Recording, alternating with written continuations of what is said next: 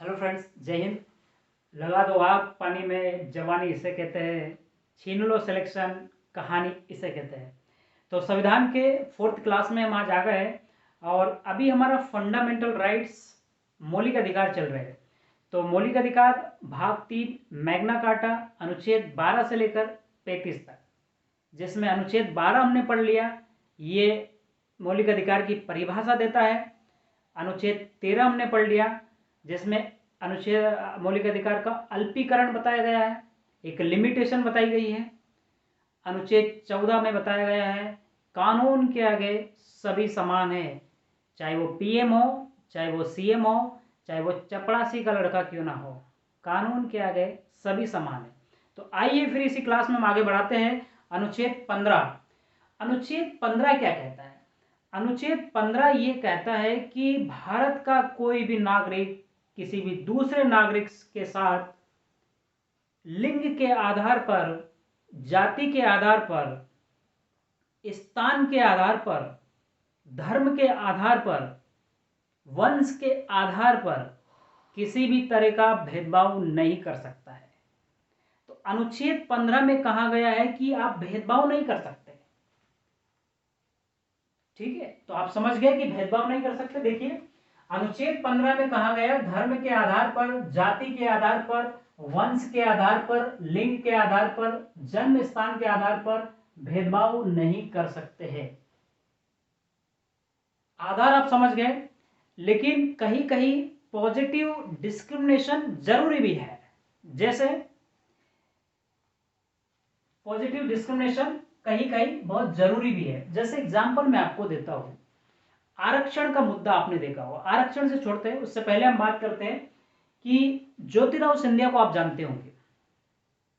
ये अभी कैबिनेट, अभी जो भारत में है, ये उड्डयन मंत्री है। जितने भी हवाई जहाज ये हवा उड़ते हैं ना, उनके मंत्री है वो, उड्डयन मंत्री। ठीक है, तो इनके जो दादा परदादा थे, दादा परदादा जो थे, इन्होंने अंग्रेजों को हथियार दिए, पैसा दिया, बोला हिंदुओं को मारो। लेकिन आज भी हम उनसे भेदभाव नहीं करते। उन्हें आज भी महाराज कहकर बुलाया जाता है, वो वंश के आधार पर। अभी हम कह सकते थे कि इनका वंश ऐसा था, इन्होंने अंग्रेजों की सहायता की, अंग्रेजों को बचाया, अंग्रेजों को पैसा दिया, हथियार दिया और हमें ही मरवाया। लेकिन हम वंश के आधार पर भेदभाव नहीं कर सकते। आज भी उन्हें महाराज कहते, तो हम भेदभाव नहीं करते। लेकिन कहीं कहीं पॉजिटिव डिस्क्रिमिनेशन जरूरी भी है। जैसे महिलाओं को कठोर काम में नहीं लगाया जाता है, महिलाओं को आर्मी में अभी भर्ती नहीं किया जाता है। क्यों नहीं किया जाता है? क्योंकि वो कमजोर होती है। लड़कों को, बच्चों को भारी काम में नहीं लगाया जाता है। क्यों नहीं लगाया जाता है? क्योंकि बच्चों को भारी काम में नहीं लगाना, कमजोर होते हैं बच्चे। ठीक है, तो डिस्क्रिमिनेशन है। अब इसका मतलब ये बिल्कुल नहीं है कि जो बच्चा आर्मी में, लड़का आर्मी में जा सकता है, क्या लड़की नहीं जा सकती? संविधान तो कहता है कि लड़का लड़की समान है। लेकिन आप ऐसा भेदभाव क्यों कर रहे हैं? भारी कामों में लेडीजों को नहीं लगाया जाता, जेंट्स को लगाया जाता है, क्योंकि ये पॉजिटिव डिस्क्रिमिनेशन है। ठीक है, पॉजिटिव डिस्क्रिमिनेशन में ये सब है, होना चाहिए। ठीक है, चलिए हम आगे बढ़ते हैं। आगे बढ़ते हैं हम अनुच्छेद 16 की हम बात करते हैं। अनुच्छेद 16 ये कहता है कि कोई भी सरकारी भर्ती आ जाए तो उसमें पीएम का लड़का भी फॉर्म भरेगा, और कोई चपरासी का बच्चा होगा तो वो भी फॉर्म भरेगा, ऑनलाइन फॉर्म भरेगा। ऐसा नहीं होगा कि बड़े बड़े अधिकारी या बड़े बड़े नेता जो है वो अपने ही अपने परिवार वालों से सरकारी पद भर देंगे। ऐसा नहीं होगा। तो सबको मौका दिया जाएगा। ये कहा गया अनुच्छेद 16 में, सरकारी नौकरियों में सभी का अधिकार रहेगा, ऑनलाइन फॉर्म सभी भरेंगे। ठीक है, अनुच्छेद 16 में कह दिया। अब लोक नियोजन में हमें कुछ जगह पर आरक्षण भी देते हैं, कुछ जगह पर हम आरक्षण भी देते हैं। क्यों देते हैं? अभी आप देखिए, आरक्षण जाति के आधार पर हो सकता है, लिंग के आधार पर हो सकता है, स्थान के आधार पर हो सकता है। तो देखिए आपने देखा होगा कि सरकारी नौकरी में 1990 से आरक्षण चल रहा है 27% ओबीसी को। आरक्षण क्यों दे रहे हैं हम?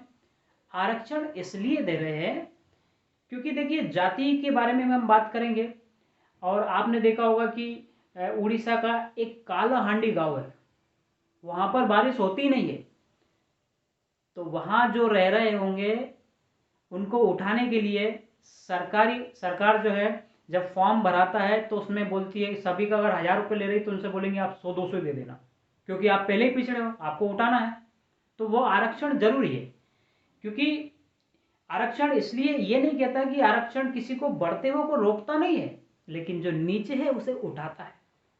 ठीक है, तो आरक्षण का मोदी जी ने अभी कहा है कि 2030 तक खत्म कर देंगे, लेकिन मेरा वादा है आपसे कि अगले 50 साल तक ये आरक्षण खत्म नहीं होगा, क्योंकि मोदी जी को अपनी सरकार भी बनाना है। ठीक है, चलिए, तो जाति के आधार पर हम आरक्षण देते हैं। जो छोट जाति के लोग होते हैं, SC ST के, उन्हें आरक्षण दिया जाता है। कहीं कहीं तो इनका फॉर्म भरने में पैसा ही नहीं लगता है, आरक्षण दिया जाता है। ठीक है, लिंग के आधार पर भेदभाव होता है, लड़कियां लड़के लड़कियों को कम फीस लग जाती है, लिंग के आधार पर भेदभाव होता है। स्थान के आधार पर पूर्वोत्तर भारत, उड़ीसा, असम, ये इधर का एरिया बहुत पिछड़ा है, तो वहां उनको आरक्षण दिया जाता है। तो ये आरक्षण का जो मुद्दा है वो जाति के आधार पर हो सकता है, लिंग के आधार पर होता है, स्थान के आधार पर होता है। आरक्षण के 3 ही मेन पिलर है, इन्हीं के आधार पर दिया जाता है आरक्षण। ठीक है, अगला अनुच्छेद 17। अनुच्छेद 17 ये कहता है किसी के भी साथ ऐसा नहीं कि आप दूर बैठिए, आप छोड़ जाते कि हम अच्छे हैं तो हम ऊपर बैठेंगे, ऐसा आप किसी के साथ भी अनटचेबिलिटी, अस्पृश्यता, भेदभाव, छुआछूत ना करे, छुआछूत वाला काम ना करे, सभी के साथ समान रहिएगा। क्योंकि आपको नहीं पता है कि अगर आप SC ST वालों से अगर भेदभाव करेंगे तो 1955 में एक कानून बना था, अस्पृश्यता से संबंधित था, उसे 1989 में बहुत सख्त कर दिया गया है, हरिजन एकता। अगर इसके थ्रू अगर आप बंद होते हैं तो आपकी जमानत नहीं हो पाएगी, नॉन वेलेबल है ये, जमानत नहीं होगी आपकी।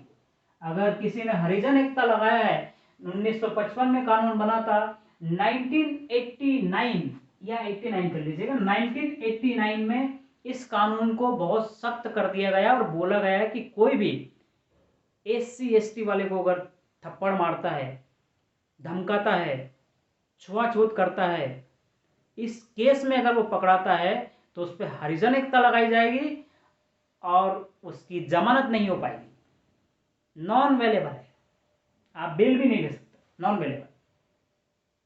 ठीक है, तो अनुच्छेद 17 आप समझ गए होंगे कि आप किसी के साथ भेदभाव ना करिएगा, छुआछूत ना करें।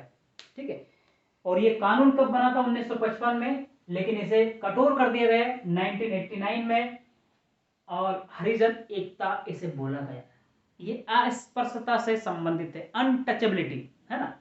तो एक बार शॉर्टकट में हम रिवीजन कर लेते हैं, हमने कितने अनुच्छेद पढ़ लिए, है ना, मौलिक अधिकार में कहां तक पहुंच चुके। आपको पता है कि हमने अनुच्छेद 12 से लेकर 35 तक पढ़ना है, भाग 3, और ये मौलिक अधिकार है ना। और मौलिक अधिकार बता दिया, ऐसे अधिकार जिन्हें सरकार भी नहीं छीन सकती है, अगर विपत्ति देश पर अगर आती है तो राष्ट्रपति जी सिर्फ कुछ समय के लिए सस्पेंड कर सकते, खत्म नहीं कर सकते, किसी का अधिकार नहीं है। ठीक है, चलिए आइए आगे बढ़ते हैं, हम शॉर्ट रिवीजन मान लेते हैं। अनुच्छेद 12 क्या कहता है? अनुच्छेद 12 मौलिक अधिकार की परिभाषा देता है। अनुच्छेद 13 अल्पीकरण कहता है आपके मौलिक अधिकार बहुत अच्छे हैं, लेकिन इनकी लिमिटेशन भी है। जब तक अच्छे हैं जब तक कि किसी को आपत्ति ना हो जाए, किसी को आपके द्वारा कोई प्रॉब्लम खड़ी ना हो जाए। जैसे आप अपने घर में रह रहे, आप फुल साउंड से डीजे बजा रहे, बेचारा बगल वाला पढ़ रहा है, उसका एग्जाम है, तो आपके साउंड से डिस्टर्ब हुआ ना, वो आपको अधिकार है अपने घर में सब कुछ करने का, लेकिन इसका मतलब ये नहीं कि बगल वाला आपसे परेशान हो जाए। मौलिक अधिकार आपके खत्म हो जाते हैं वहां पर। तो अल्पीकरण है, ऐसा नहीं है कि आपको बोलने की स्वतंत्रता है तो आप कुछ भी बोल रहे हैं, किसी को भी गाली बिक रहे हैं, ऐसा बिल्कुल भी नहीं है। आपको घूमने की स्वतंत्रता है तो किसी के बेडरूम में चले गए और वो क्या हो रहा है क्या हो रहा है, तो ये सब नहीं होगा। ठीक है, एक लिमिटेशन है चीज। अनुच्छेद 14 कहता है कि कानून के आगे सभी समान है। अगर आप जा रहे हैं बिना हेलमेट के, अगर आपकी गाड़ी पकड़ा गई तो आप चपरासी के बच्चे हो या पीएम के बच्चे हो, फाइन सब पे लगेगा। ये कानून कहता है, कौन कितना मान रहा है वो अलग बात है, कानून ये कहता है कि सबके लिए समान है, फाइन सबको भरना पड़ेगा। ठीक है, अगर आपको ऐसा लग जाता है तो आप भी इस पे केस कर सकते हैं, आप जीत जाएंगे, मैं बताऊंगा इसका केस। ठीक है, अनुच्छेद 15, भेदभाव नहीं करना किसी से। भेदभाव नहीं है, लिंग के आधार पर, जाति के आधार पर, वंश के आधार पर, स्थान के आधार पर, धर्म के आधार पर आप भेदभाव नहीं कर सकते। ठीक है, अनुच्छेद 16 कहता है लोक नियोजन सरकारी नौकरी में सबको समानता दी जाएगी, अनुच्छेद 16 के अनुसार। अनुच्छेद 17 कहता है अस्पृश्यता, अनटचेबिलिटी, छुआछूत खत्म करो। ठीक है, चलिए अनुच्छेद 17 तक हमने पढ़ लिया दोस्तों। अगर आपको मेरा वीडियो पसंद आ रहा है, संविधान इसी तरह से हम 395 आर्टिकल हम पढ़ेंगे। आपको मैंने पहले भी पढ़ा दिया कि हमारे संविधान में 22 भाग है, 395 अनुच्छेद है, 12 अनुसूचियां है, शेड्यूल है ना, 395 आर्टिकल है और 12 शेड्यूल है और 22 पार्ट है, इस तरह का है। तो पूरे सब कुछ पढ़ेंगे। आप मेरे वीडियो को देखते रहिएगा। अगर मेरा वीडियो पसंद आता है तो इसे लाइक भी करें, शेयर भी करें, सब्सक्राइब भी करें। अगर आपका ये लाइक और शेयर मेरे को मोटिवेशनल देता है कि हाँ आप मुझे पसंद कर रहे हैं। ठीक है, अगर आपको जिस तरह का भी लगता है मेरा वीडियो में किसी भी तरह के कोई कमेंट कुछ कमियां आती है तो कृपया करके मुझे कमेंट कीजिए और जो भी पढ़ना है कमेंट कीजिए। थैंक यू फॉर वॉचिंग, फिर मिलते हैं, जय हिंद।